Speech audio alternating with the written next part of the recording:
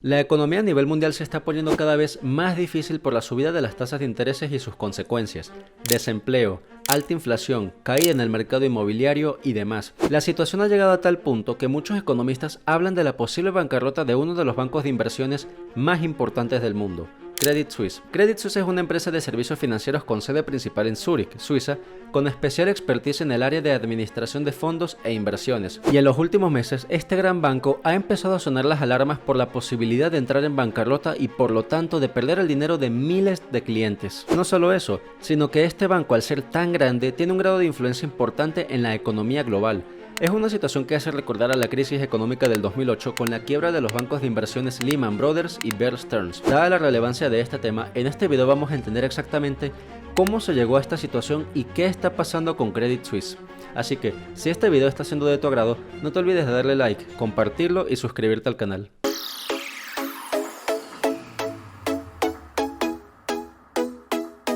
Hola a todos, mi nombre es Francisco García y bienvenidos a otro episodio de Finanzas y Mejora Continua. En los últimos meses han estado surgiendo un sinfín de noticias negativas referente al estado financiero de Credit Suisse, con lo cual muchos inversores han estado sonando las alarmas por una posible entrada en bancarrota. Pero ¿cómo es posible que Credit Suisse haya llegado a esta situación? Antes de explicar esto, vamos a entender por qué este tema es tan relevante para la economía. Como comentamos, Credit Suisse es una empresa de servicios financieros, enfocada a la administración de fondos e inversiones. Esta presta servicios a clientes privados, así como a pequeñas y medianas empresas. Se trata de uno de los bancos más importantes del mundo, con más de 20 millardos de francos suizos en inversiones, 700 millardos de francos suizos en activos y además con más de 45.000 empleados en todo el mundo. Además, este banco es uno de los que se conoce como Too Big to Fail. Se trata de esos bancos que manejan dinero de tantas personas y entidades alrededor del mundo que en caso de quebrar provocaría un efecto dominó en la economía. Para entender cómo se llegó a esto, tenemos que remontarnos a una situación bastante similar que aconteció durante la crisis económica del 2008 con el ya extinto banco de inversiones Lehman Brothers. Lehman Brothers, al igual que Credit Suisse, se encargaba de administrar los fondos de inversiones de miles de personas e instituciones alrededor del mundo. No solo eso, sino que también funcionaba como una aseguradora de ciertos instrumentos de inversión. Y lo que provocó que Lehman Brothers se fuera a la quiebra fue algo llamado CDS o Credit Default Swap. Y si te preguntas si eso te suena conocido, estás en lo correcto. Como sabes, lo que ocasionó la crisis del 2008 fue una caída en el mercado inmobiliario. Los bancos de inversiones como Goldman Sachs y el Banco de América empezaron a ofrecer los llamados Mortgage-Backed Securities. Estos eran instrumentos financieros sobre el mercado inmobiliario. La creencia era que el mercado inmobiliario era bastante seguro, ya que ¿quién no paga su hipoteca, cierto? Y con esto los bancos hicieron bastante dinero. Un banco podía realizar la solicitud de una persona de obtener una hipoteca por, digamos, $200,000.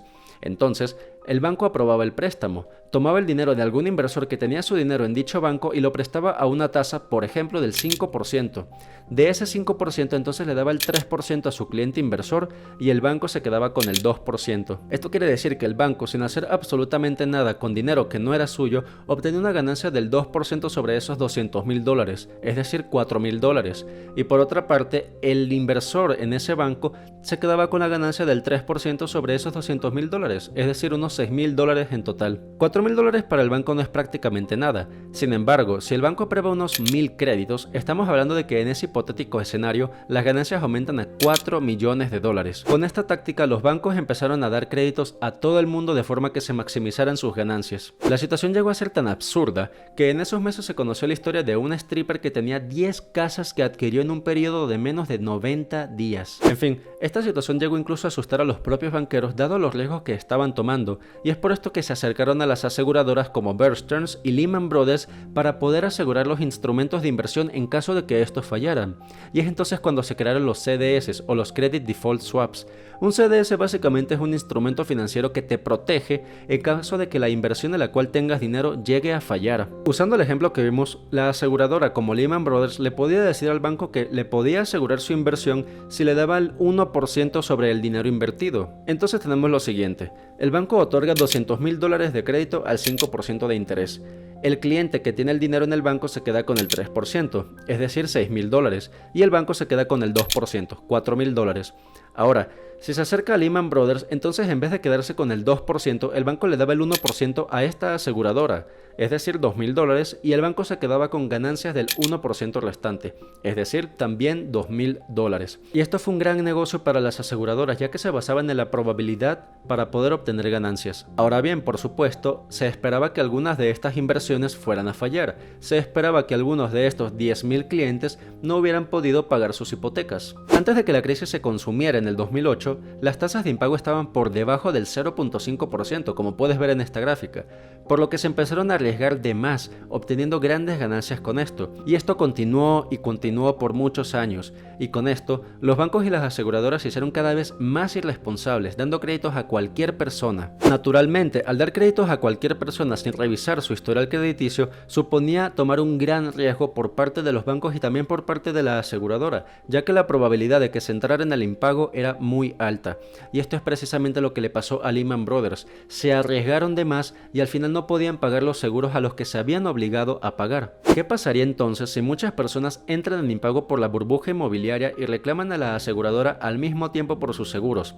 Si Lehman Brothers aseguraba, por ejemplo, 200 inversiones por $1 millón y 1% de interés, esto representaba una ganancia de $10.000 por cada instrumento, es decir, un total de ganancias de 200 por 10.000, $2 millones.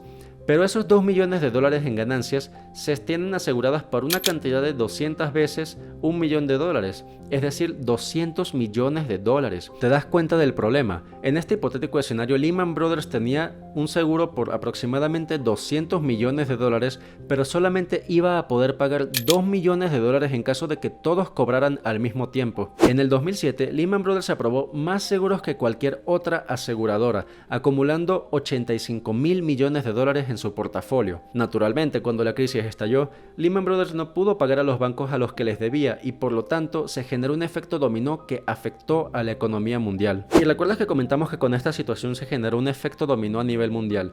¿Por qué decimos esto? Las constructoras de las casas no podían obtener préstamos de los bancos porque literalmente no había dinero. Y como nadie estaba comprando casas por la crisis, las constructoras no tenían dinero y no podían pagar sus propias deudas.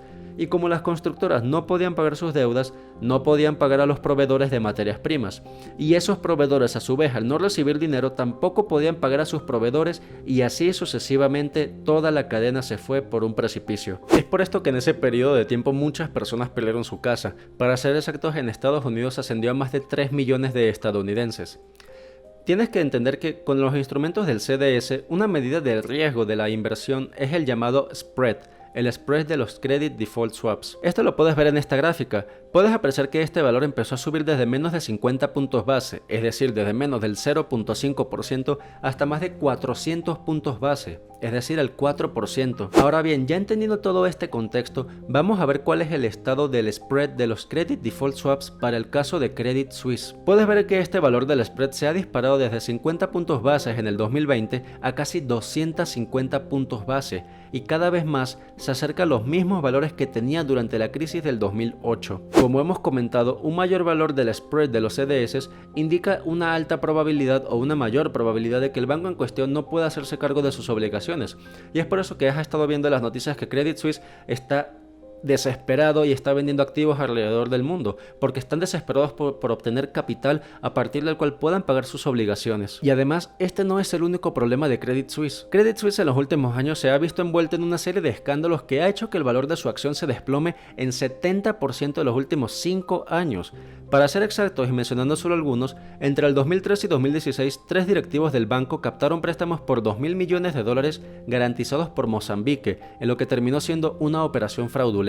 En el 2008, Credit Suisse tuvo que pagar en Hong Kong una multa de $47 millones por conseguir negocios a cambio de contratar a funcionarios chinos y sus familiares. Ese mismo año, una persona llamada Patrice Lescaudron, gestor de la sucursal del banco en Ginebra, fue condenado a 5 años de prisión por fraude y falsificación. Esta persona confesó que cortaba y pegaba las firmas de los clientes, entre ellos ciudadanos ricos del este de Europa, para desviar dinero y hacer apuestas en la bolsa sin su consentimiento. Patrice se suicidó en julio del 2020. En el 2020, por otra parte, la fiscalía acusó a Credit Suisse de blanquear el dinero para una organización criminal búlgara que se dedicaba al tráfico de personas y al tráfico de cocaína. Y más recientemente, el fondo de inversiones de Credit Suisse llamado Archegos lo hizo perder $5.000 millones tras derrumbarse por una serie de muy arriesgadas operaciones con apalancamiento. Esta serie de escándalos, aunado a todo lo que hemos platicado anteriormente, es lo que hace pensar que Credit Suisse puede que sea una réplica o al menos muy similar a lo que fue el caso de Lehman Brothers durante la crisis del 2008 y que por lo tanto se pueda repetir una situación similar a la anterior crisis. ¿Tú qué opinas? ¿Crees que Credit Suisse esté a punto de derrumbarse? ¿Crees que si se derrumba ocasione un efecto dominó global y afecte la economía de todos? Házmelo saber en la caja de comentarios. Por otra parte, si este video fue de valor para ti y si fue interesante para ti, me ayudarías mucho si le das like, si lo compartes y sobre todo si te suscribes al canal. De esta forma no te perderás de ninguna noticia. Sin más, nos vemos en otro episodio de Finanzas y Mejora Continua. Cuídate mucho.